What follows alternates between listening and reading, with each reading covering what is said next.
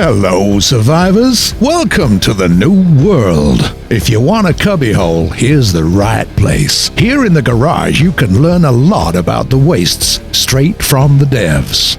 It goes without saying, don't forget to like and subscribe if you like what you see. Our guys appreciate this very much. It's go time. A quick reminder about our special die giveaway. When we have 75,000 subscribers on this channel, the garage owners will give a unique die to everyone entering the game. Any survivor will get it just by launching Crossout. The time of the giveaway will be limited, but the die is exclusive. If you're still doubting for some reason, subscribe and get your friends to do the same. As soon as we hit 75,000 subscribers, we'll tell in detail how to get the trophy.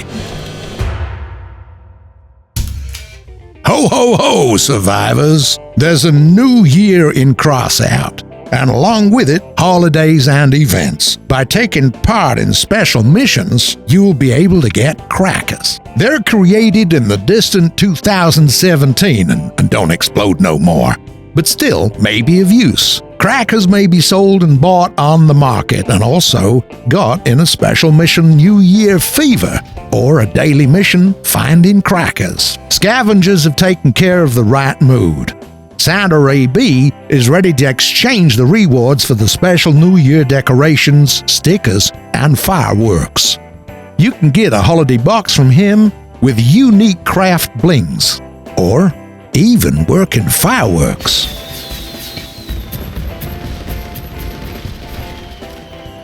Here are the examples of these beautiful presents.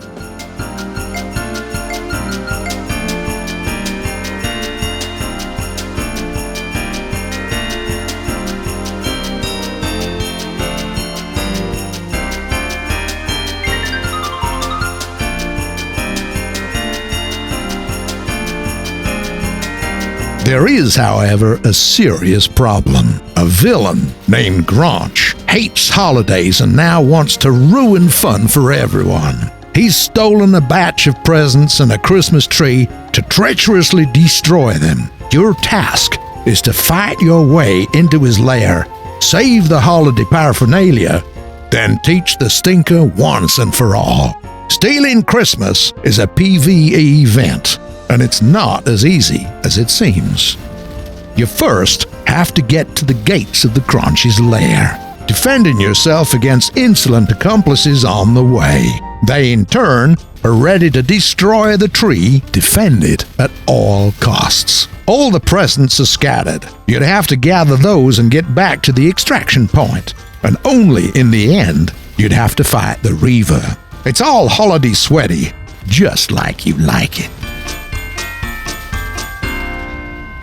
Upon the return to the garage, you might notice some upside changes. Our engineers have decorated the hangar for the winter holidays. There's a Christmas tree and snowman made of old car tires. Cozy, warm, festive. You can also spoil yourself with another present, a New Year's set Cold Rage. Inside the box, there is a unique icebreaker craft, an epic fridge cabin with 11 points of energy, 2 unique epic frontal rejector machine guns, a worker engine, a gun coolant, as well as cans with holiday dyes, an increased use parts number of 55,210 of game coins, and a unique portrait of a hero by the name of Jack Frost. Jack is one of the last members of the Frost sect, a small closed commune which conducted its cold rituals before the Crossout. Several years ago, the sect was destroyed. One of their own broke down and burned his own village to the ground. The perpetrator of the deed is unknown. This is why the remaining members are hunting down each other. As if he's redeeming some sins, Jack is trying to be very kind to ordinary people and gives them presents. It may be a head of a raider or a tooth necklace. However, both children and grown-ups avoid him for some reason. This is why he's crisscrossing the wastes, searching for someone to make them happy. We get the feeling that you're already imbued with a festive mood. Special activities will last in the wastes until January 6. Don't waste time. Enjoy and have fun with all your might.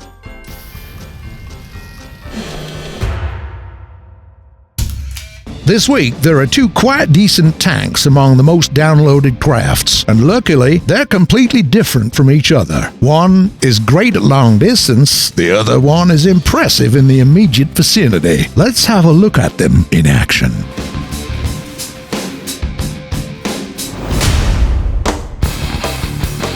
Karakurt Cabin is currently the absolute leader at the exhibition, and this craft is also based on it. Since mechanical legs are not applicable here, it can be theoretically changed for something similar in performance without losing additional bonuses. But Karakurt parameters are quite good in their own right, so this is tough to judge. The tank is plain, equipped with additional ammo, dyed in Mirage Metallic and Black Gold.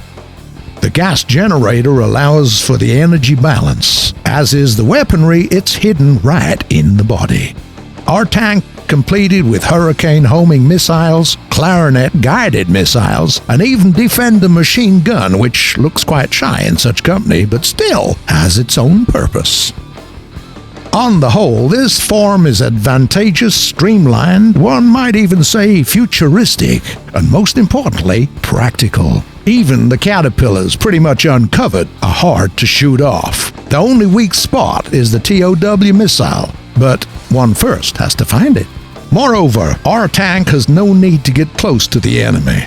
The weaponry shows quality from a long distance. Clarinet flies for over 8 seconds, and while cooling down, it's accompanied by Hurricane, while afterwards polished by Defender fire. It goes on like this, looping until full destruction of the enemy. Quietly, steadily, effectively. You may use the scope, it'll only make it more precise.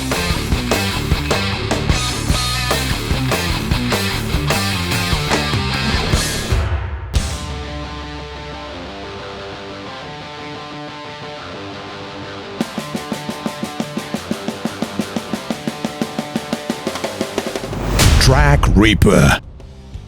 Big craft based on Karakurt. Its defining feature is Infernal Small Duck. Sympathy's long dead inside it. Just look it in the eyes. Yeah, we're just kidding. In fact, it's the Reapers on the sides that actually matter. The form factor itself is quite common. In one form or another, it can be met at the exhibition quite often. While the miniguns, accompanied by additional ammo, chatter pretty much non-stop like grasshoppers on a summer field. If you shoot somewhere around the cabin, then before they overheating, you can destroy 2 middle or even large craft. Not bad. However, Track Reaper is painfully slow. If the enemies decide to get rid of you first, it's quite possible that with such power, it would be pretty much impossible to get away. Additionally, whirl and shoot tactics works poorly. Apart from the above-mentioned problem, machine gun barrels' axes superimpose on one another. That's why one of them temporarily goes up to avoid collision. In such moments, some bullets may inevitably be wasted off the mark. No matter how you slice it, it's better to shoot in more or less straight line. Nevertheless, supported by lighter allies, the craft will show itself, included in PvE mode.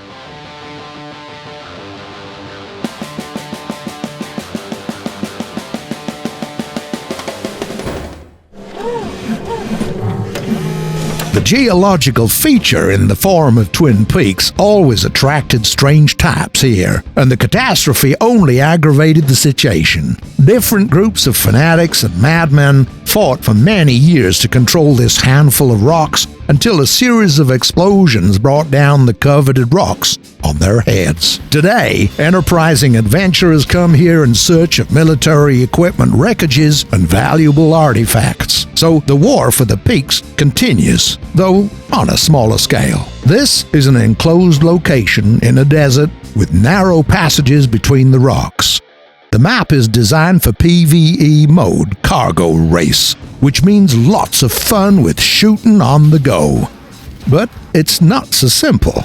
Long open spaces are not intended for positional skirmishes, and narrow passages do not allow for rapid maneuvers. That's why the playstyle on this map is rather measured, with systematic movement from cargo to cargo, with destruction along the enemy's path by focusing fire from all guns. In addition, it's worth paying attention to natural bridges. A tiny, careless turn and your armored car falls down, which can affect the duration of the mission. Pay attention.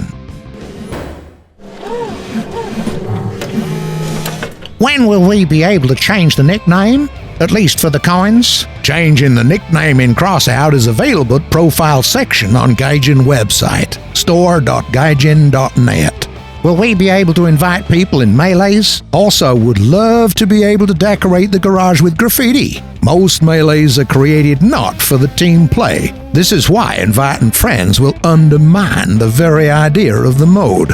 As for decorating, this is a good one. We'll discuss it. Would you add a chat in market menu? Would be handy to trade in person, Bazaar style. We think that all trade should be anonymous and don't intend to introduce direct trading.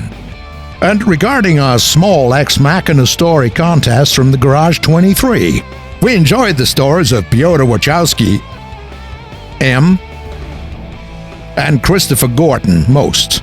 So we award them with the 300 in-game gold each. Please write your in-game nickname and game platform in the comments section. Hooray!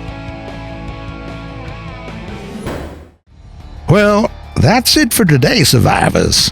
Looking forward to seeing you in a week to spill some more facts about the Wastes battles. Don't waste your time. Gain experience and toughen up in fights. Also subscribe and do me a favor, will ya? Tell your friends about this show. Leave your comments below. It's important for us to know your opinions. Be seeing ya.